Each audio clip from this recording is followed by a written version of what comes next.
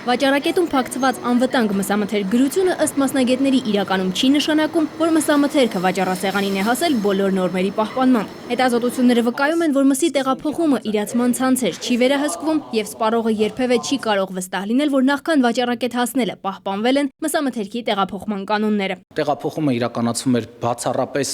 կամ մարդատար կամ բեռնատար կեղտոտ մեքենաներով, կեղտոտ պարկերի մեջ։ Եթե մենք արդեն վատ պայմանում տեղափոխում ենք արել եւ ունենք կոնկրետ վտանգ, երբ որ ունենք ագենտ, որը արդեն մսում է, հետագայում իրացման տաղավարում այն չի վերանում։ Ոչ հիգիենիկ պայմաններում վաճառակետ հասած մսի համար պատասխանատու է իրացման ցանցը։ Ըստ օրենքի, այն պետք է նախքան մատակարարի հետ պայմանագիր կնքելը վստահ լինի, որ մթերող ընկերության տրանսպորտային միջոցները համապատասխանում են պահանջվող չափանիշներին եւ ունեն անհրաժեշտ սառնարաններ։ Եթե մենք նկատենք, որ մատակարարումը կատարվում է ոչ պատշաճ սանիտարահիգիենիկ կանոնների խախտումով, իհարկե մենք այդ մատակարարից միշտ չենք ստանում։ Սննդամթերքի անվտանգության պետական ծառայությունում բացատրում են, որ օրենսդրական դաշտի բացի պատճառով յուրաքանչյուր խանութին մատակարարվող մսի որակին հետևել չեն կարող եւ չի բացառվում, որ միսը կարող է տեղափոխվել անգամ մարդատար մեքենայի բեռնախցիկով։ Իրավական դաշտում կա լուրջ խնդիր, կա լուրջ բաց։